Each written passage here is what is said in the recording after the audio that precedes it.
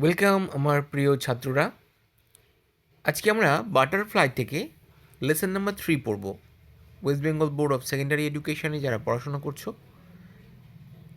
তাদের পঞ্চম শ্রেণীতে লেসন নাম্বার 3-তে এই গল্পটি রয়েছে, Phulmoni's India. Let's read. Phulmoni is a Santhal girl. Phulmoni একটি সাঁওতাল মেয়ে। Her house is in a village. তার বাড়ি একটি গ্রামে। Have you ever seen have you ever been to her house? তুমি কি তার বাড়িতে কখনো গেছো?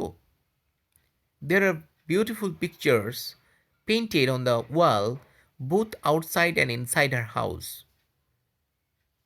তার বাড়িতে ভিতরে এবং বাইরে সুন্দর সুন্দর ছবি আঁকা আছে দেওয়ালে। All her neighbors have painted on their doorways and interiors.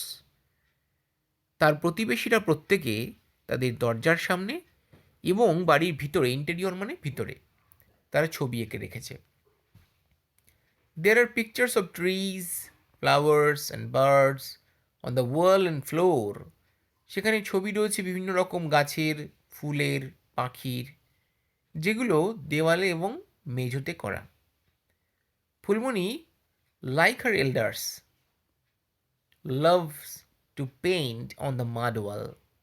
Phulmoni তার বড়দের মতো পছন্দ করে মাটির দেওয়ালে ছবি আঁকতে। She uses many colors. সে অনেক রকম রং ব্যবহার করে। Her teachers told her that even in ancient India, people used to paint inside the caves and on the rocks of hill. তার শিক্ষক মশাই তাকে বলেছে যে অতীতে ভারতবর্ষে মানুষরা পাহাড়ের গুহায়, পাথরের গায়ে তারা ছবি এঁকে রাখত। The rock paintings of Bhimbetka are more than 20,000 years old. এমনই একটি উদাহরণ ভীমবেটকা নামে একটা জায়গা, যেখানে পাথরের গায়ে পেন্টিং করা আছে, যেটা 20,000 অর্থাৎ 20,000 বছরের পুরনো। They are red, white, green and yellow of colour in colour. সেগুলোর রং লাল, সাদা, সবুজ, হলুদ প্রভৃতি। Phulmoni has never been to Bhimbetka to see the rock paintings of ancient men. Phulmoni কখনো ভীমবেটকায় যায়নি সেই পাথরের পেন্টিং দেখতে, পাথরের উপরে করা।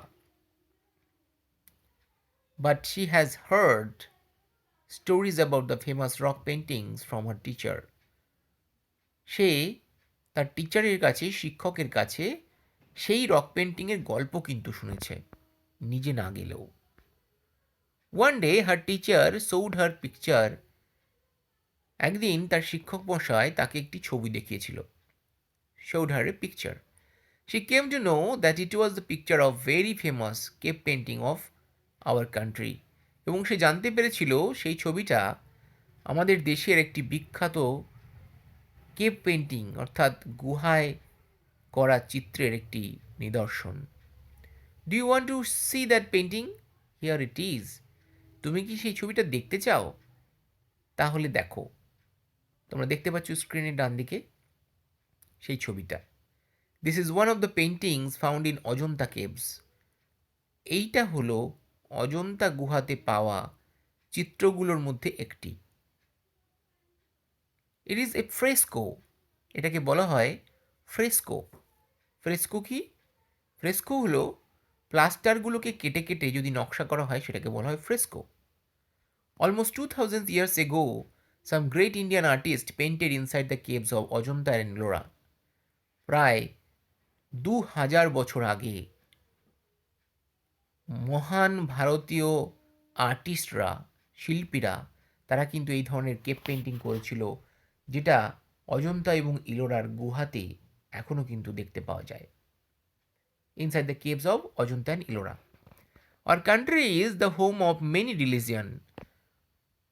আমাদের দেশ হলো বিভিন্ন ধর্মের একটি সমন্বয়। Hinduism, Buddhism, Jainism appear together in the sculptures of Ellora. আর এইখানে কিন্তু হিন্দু, বৌদ্ধ এবং জৈনদের সমস্ত ভাস্কর্য, স্কাল্পচার্স মানে ভাস্কর্য ভাস্কর্য কিন্তু ফুটে উঠেছে এই ইলোরার গুহাচিত্রে। Down the edges, many great artists painted inside many other temples and churches of our country. বছরের পর বছর ধরে, যুগ যুগ ধরে, বিভিন্ন সময় মানুষরা কিন্তু এই গুহাচিত্রগুলো এঁকে এসেছে, যেগুলো টেম্পলসে, চার্চে, বিভিন্ন জায়গায় দেখতে পাওয়া যায়। অর্থাৎ এই চিত্রগুলো কিন্তু আমরা টেম্পলসেও দেখতে পাই, আবার চার্চের গায়েও দেখতে পাই, যেমন আমরা গুহার গায়ে দেখতে পাই। আমরা শুনে নেব পরবর্তী অংশ। যারা প্রথমবার এই চ্যানেলে এসছো অবশ্যই চ্যানেলটি সাবস্ক্রাইব করে রাখো এরকম ভিডিওস পাওয়ার জন্য। এখানে টেক্সট, গ্রামার এবং রাইটিং সমস্ত কিছু তুমি একসাথে পেয়ে যাবে। অবশ্যই প্লেলিস্টটা ভিজিট করো তোমার পছন্দের প্রয়োজনীয় ভিডিওটা পাওয়ার জন্য। Visit the playlist of the channel and don't forget to subscribe. দেখে নেব পরবর্তী অংশ। Little Fulmoni is surprised to know that many of the Indian dance forms started within the temple. Phulmoni এটা জেনে অবাক হয় যে ভারতবর্ষের যে নাচের বিভিন্ন রকম, যে বিভিন্ন ধরন, সেগুলো কিন্তু শুরু হয়েছিল এই টেম্পলস থেকে, মন্দির থেকে। Phulmoni is a natural dancer. Phulmoni খুব স্বাভাবিক একজন নর্তকী। She loves to dance to the rhythm of the drum like all the other members of her community. Santhal community মানে জাতি, জনগোষ্ঠী। তার জনগোষ্ঠী বা সাঁওতাল কমিউনিটি যেটা আছে, সেই কমিউনিটির মতো করে সে কিন্তু নাচ করতে ভালোবাসে ড্রামের তালে তালে। Her teacher said that folk dance is a popular art from among the various communities of India. ভারতবর্ষের বিভিন্ন জাতির যে নাচ, তার মধ্যে এই গ্রাম্য নাচ একটি অন্যতম। The Punjabis love the bhangra dance. এই বিভিন্ন জনজাতির কিছু কিছু নিজস্ব কমিউনিটি ডান্স আছে। যেমন পাঞ্জাবিরা তারা যেটা পছন্দ করে সেটাকে বলা হয় bhangra dance, bhangra. In the same way dandiya is popular in Gujarat, Bihu in Assam, Chhau in West Bengal. এই নাচগুলো বিভিন্ন জায়গায় বিভিন্ন নাম। যেমন গুজরাটে পরিচিত ডান্ডিয়া তাদের জনগোষ্ঠীর নাচ, বিহু আসামের নাচ, ছৌ ওয়েস্ট বেঙ্গলের নাচ। Phulmoni loves to watch Chhau dance perform during festival. Phulmoni পছন্দ করে ছৌ নাচ, যেটা বিভিন্ন অনুষ্ঠানে প্রদর্শিত হয়। The performers wear mask.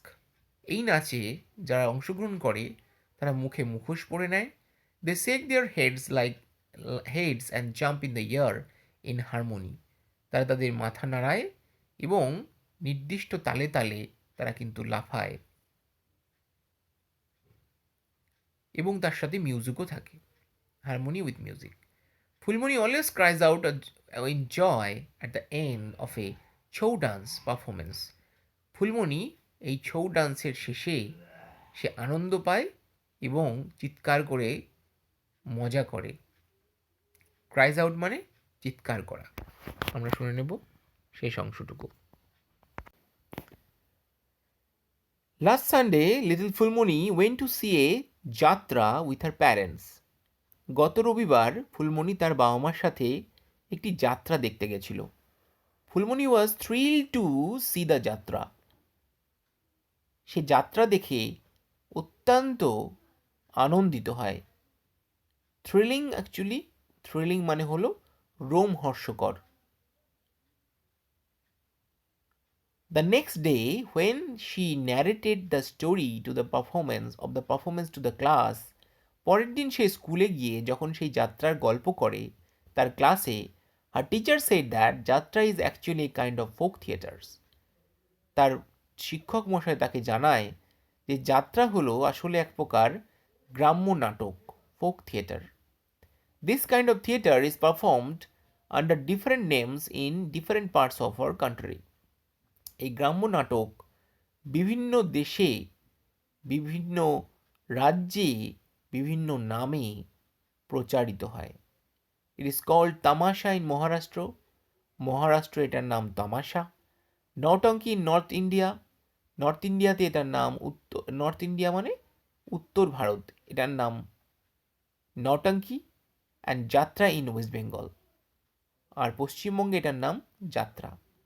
Most of this folk theatres are based on mythological incidents or characters. বেশিরভাগ এই গ্রাম্য নাটক ঐতিহাসিক পৌরাণিক কাহিনী অবলম্বন করে তৈরি করা হয়েছে। মাইথোলজিক্যাল মানে পৌরাণিক, ইনসিডেন্টস মানে ঘটনা, অথবা সেই পৌরাণিক যে চরিত্র সেগুলোর উপরে তৈরি করা হয়েছে। India has a rich heritage of classical dance. ভারতবর্ষে বেশ প্রসিদ্ধ খ্যাতনামা বিভিন্ন হেরিটেজ রয়েছে ক্লাসিক্যাল ডান্সের। হেরিটেজ মানে যেটা তুমি বংশ পরম্পরায় প্রাপ্ত সেটাকে বলা হয় heritage. There are many classical dance forms. There are many classical dance forms and each deals with some mythological narrative. বিভিন্ন রকম ডান্সের রকম বা ধরন রয়েছে এই ভারতবর্ষে, এবং যেগুলো কোনো না কোনো পৌরাণিক গল্পকে কেন্দ্র করে তৈরি হয়েছে, মাইথোলজিক্যাল ন্যারেটিভকে কেন্দ্র করে। The dancers wear colourful dresses and dance in harmony with music. যখন নাচে নর্তকীরা, তারা কিন্তু সুন্দর মিউজিকের তালে তালে ছন্দবদ্ধ হয়ে নাচে, রং বেরঙের পোশাক পরে। ড্রামাটিক্স is an essential part of the Indian classical dance tradition. অর্থাৎ নাচের মধ্যে যে ড্রামা, এটা কিন্তু গুরুত্বপূর্ণ একটা অংশ ভারতের এই ক্লাসিক্যাল ডান্স ট্র্যাডিশনের। যে ঐতিহ্য রয়েছে ক্লাসিক্যাল ডান্সের, তার একটা এটা অংশ, dramatics. Kathak is a dance of north India. Kathak হলো উত্তর ভারতের একটি নাচের রকম। while ভারতনাট্যম, মোহিনীঅট্টম, কুচিপুড়ি, কথাকলি আর all form of south India. দক্ষিণ ভারতের কিছু নাচের ধরনের নাম এখানে দেওয়া রয়েছে, দেখো, Bharatanatyam, Mohiniyattam, Kuchipudi, Kathakali. Manipuri and Odissi dance are dance forms of eastern India. পূর্ব ভারতের কতগুলো নাচের নাম মণিপুরি, ওড়িশি প্রভৃতি। Such a wide variety of dance forms cannot be found anywhere else in the world. ভারতবর্ষের মতো এত রকমের ডান্সের ধরন আর কোনো দেশে কিন্তু পাওয়া যাবে না। Dance and music have always been integral to the Indian culture. ভারতের সংস্কৃতির সাথে, ঐতিহ্যর সাথে ওতপ্রোতভাবে জড়িত এই নাচ এবং বাদ্যযন্ত্র। ডান্স অ্যান্ড মিউজিক, ইন্টেগ্রাল মানে ওতপ্রোতভাবে জড়িত। Phulmoni has a sweet voice. ফুলমণির ভয়েসটা খুব সুন্দর। She believes that she can sing in harmony with classical instruments like sitar, tabla, sarangi, drum and so on.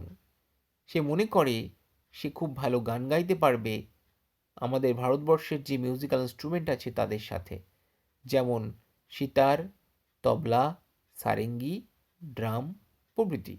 Fulmoni came to know that the Indian kings and rulers patronized classical music and dance in their courts. Phulmoni জানতে পেরেছিল যে ভারতের রাজারা, তারা কিন্তু classical মিউজিককে উৎসাহিত করত। তারা ক্লাসিক্যাল মিউজিক, ডান্সকে সবসময় উৎসাহ দিত। প্যাট্রোনাইজ মানে উৎসাহ দেওয়া, প্রশংসা করা, সমাদর করা, সেটাকে বলছি patronised. Emperor Akbar love to listen to the song of Tansen. রাজারা তাদের রাজসভায় এই সকল শিল্পীদের কিন্তু রেখে দিতেন। তার একটা উদাহরণ এখানে দেওয়া হয়েছে, দেখো, আকবর কিন্তু তানসেনের গান শুনতে পছন্দ করতেন। Our country is so big that we have many different styles of classical music like Hindustani and Carnatic. আমাদের দেশটাও এত বড় যেখানে বিভিন্ন রকমের বিভিন্ন ধরনের এই ক্লাসিক্যাল মিউজিক কিন্তু রয়েছে, যেমন হিন্দুস্তানি, কর্ণাটিক প্রভৃতি। ক্লাসিক্যাল মিউজিকেরও বিভিন্ন পার্ট রয়েছে। Each of this style grew in temples and develop down the ages. এবং প্রত্যেকটা ধরন প্রথমে কিন্তু শুরু হয়েছে মন্দির থেকে এবং যুগ যুগ ধরে সেটা পরিবর্তন হয়েছে সময়ের সাথে সাথে। Phulmoni is proud to be an Indian. Phulmoni একজন ভারতবাসী হয়ে গর্বিত। She has heard that our country is full of great monuments. সে শুনেছে যে আমাদের দেশে অনেক মনুমেন্টস বা স্মৃতিসৌধ রয়েছে। মনুমেন্টস মানে স্মৃতিসৌধ। ফোর্টস আছে, দুর্গ আছে, অ্যান্ড ওয়ান্ডারফুল আর্কিটেকচার্স, এবং অসাধারণ স্থাপত্য আছে। আর্কিটেকচার্স মানে স্থাপত্য। She has seen the picture of the Taj Mahal. সে দেখেছে তাজমহলের ছবি। It is one of the 7 wonders of the world. এবং এটা কিন্তু পুরো পৃথিবীর মধ্যে 7টা আশ্চর্য যে জিনিস আছে তার মধ্যে অন্যতম। তোমরা যারা উৎসাহী তারা কিন্তু অবশ্যই গুগলে সার্চ করে দেখতে পারো 7 ওয়ান্ডার্স অফ ওয়ার্ল্ড। সেখানে কিন্তু তাজমহল রয়েছে 7টার মধ্যে। The fort of Agra and the red fort of Delhi are also worth seeing. আগ্রার লালকেল্লা, আগ্রার দুর্গ এবং দিল্লির লালকেল্লা, সেগুলোও কিন্তু দেখার মতো মূল্যবান।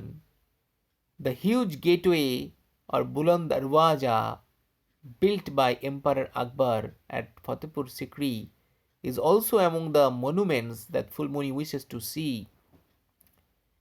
এগুলো বাদেও ফুলমণি যেটা দেখার জন্য আশা প্রকাশ করে সেগুলো তার মধ্যে হলো হিউজ গেটওয়ে, একটা বিশাল বড় দরজা যেটাকে বুলন্দ দরওয়াজা বলে, যেটা এম্পারার আকবর তৈরি করেছিলেন ফতেপুর সিক্রিতে।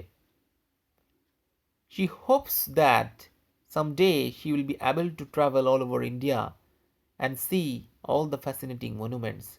সে আশা করে যে সে কোনো না কোনো দিন সারা ভারতবর্ষ ঘুরতে যাবে এবং এই বিখ্যাত সমস্ত স্থাপত্যগুলো, সে স্মৃতিসৌধগুলো সে দেখতে পাবে। এটা তার আশা। তো এটা শুনলে তোমরা ফুলমণিস ইন্ডিয়া অর্থাৎ ফুলমণির চোখে দেখা যে ভারতবর্ষ তার যে বর্ণনা সেটা তোমরা দেখলে। এখানে ওয়ার্ডনেসটা অবশ্যই পড়বে, আর এখানে যখন যে ওয়ার্ডটা প্রয়োজন হবে অবশ্যই তুমি ডিকশনারির সাহায্য নেবে। তো চ্যানেলে যারা প্রথম এসছো অবশ্যই চ্যানেলটি সাবস্ক্রাইব করে রাখো এবং পাশে বেল বাটনটি প্রেস করে অল করে দাও, যাতে কোনো ভিডিও আসার সাথে সাথে তোমার ফোনে সবার প্রথমে নোটিফিকেশান যায়। সঙ্গে থাকো, প্লেলিস্টটা অবশ্যই ভিজিট করো, তোমার প্রয়োজনীয় ভিডিওসটা সেখান থেকে দেখে নাও। সকলে ভালো থাকো, সুস্থ থাকো। আবার কথা হবে পরের ভিডিওতে কোনো নতুন টপিক নিয়ে, নতুন বিষয়ের উপর। ততক্ষণের জন্য গুড বাই।